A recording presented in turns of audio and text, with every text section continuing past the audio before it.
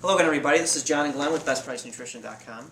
We had a lot of requests to review certain products. The specific one is the Universal Real Gains. It's a weight gainer, so if you've seen some of our other videos on weight gainer, some of it might be a little bit repetitive, but typically people take a weight gainer to eat more calories than you're burning, because that's really what it comes down to when you want to gain weight. Now, there's a little distribution amongst the macronutrients, carbs, fats, and protein, i.e. you want to get at least a gram of protein per pound of body weight, give or take, a little bit. But by and large, you have to eat more than you burn. Otherwise, you're not going to be able to gain weight. So with weight gainers, the first thing we always talk about is the ratio of carbohydrates to protein. You look at some weight gainers and it's 400 grams of carbohydrates and 50 grams of protein. Well, you're not going to be able to mix that in any 32-ounce container. You're going to need a bucket this big, basically, to mix that kind of a serving. So kind of watch that when you look at certain weight gainers and understand that you're basically paying for carbohydrate powder. Mm-hmm. Exactly. Yeah, you're putting all your money into cheap carbs, essentially. Pretty much, yeah. You'd be better off buying a cheap carbohydrate and throwing your own protein in there. Now, this one in particular, the Real Gains, this is a 6.85 pound container. There's 20 servings. Each serving is 600 calories, 87 grams of carbs, 52 grams of protein, and 5 grams of fat. You want to cover some of the ingredients? Yeah, first ingredient is maltodextrin. Maltodextrin doesn't affect your insulin or your blood glucose levels like a pure sugar like dextrose or something like that. So they don't actually count that as sugars in here.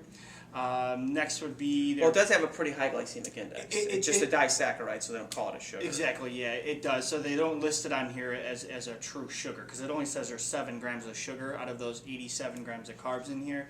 So it is still a sugar without being labeled as one. Next would be their protein complex, ultra-filtrated whey concentrate, micellar casein, and whey protein isolate. So you are getting a blend of whey protein concentrated isolate and a micellar casein, which is nice because they use the micellar casein as compared to like a calcium caseinate or a cheaper source of casein, and you are getting your whey in there with the isolate and concentrate. Next is inulin, which is a source of fiber, MCT, which is medium chain triglycerides, which is a source of fats. Generally considered, it's a shorter chain fat. It's not going to cause you to gain all kinds of weight, because it's generally MCTs are burned off as energy or used as an energy source.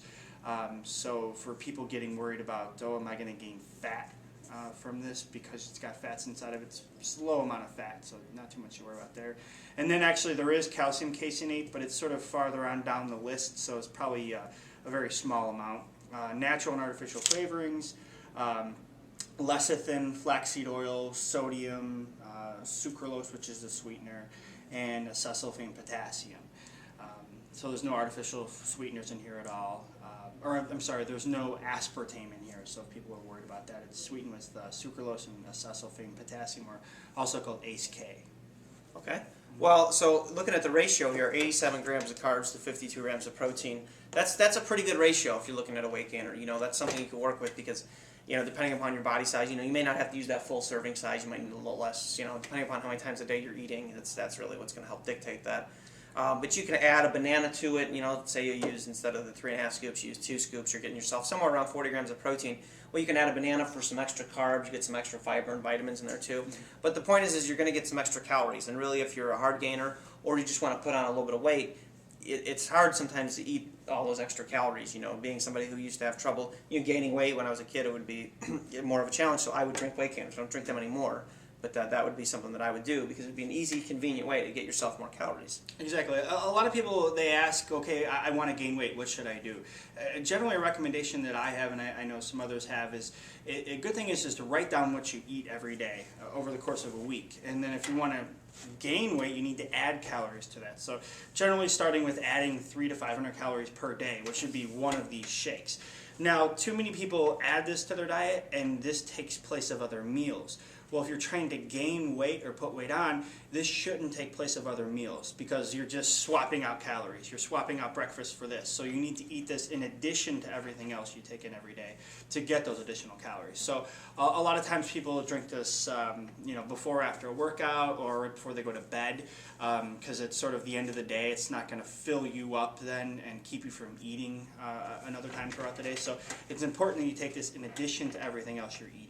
Yeah, and we'll hear sometimes from, like a smaller hard gainer that tells us they're eating 5,000 calories a day. No, you're not. No. You're not. There's no way.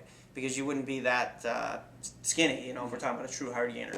And unless you've got some kind of a bug inside of you eating your calories. Or that's you're a lot of calories. running marathons or things like Well, that. because they'll read a magazine and, sees, a 280-pound bodybuilder and, he's eating 5,000 calories. Well, yeah, he's 280 pounds. Mm-hmm. But, you're 125 pounds and you tell me you're eating 5,000 calories. I'm going to be very skeptical of that. That's a lot of calories if you really write it down and break it right down. So, but like as Glenn said, start adding, like 300 to 500 calories. That's a good rule of thumb. Or, you could start out at like, if you're a really, hard gainer, you could try like 3 grams of carbohydrates per pound of body weight, gram of protein per pound of body weight, and your healthy fats will come in from there. And see where you go. Try it for a couple weeks. Watch the scale, and then if you're not gaining weight, well then you have to add more calories. It's really that simple.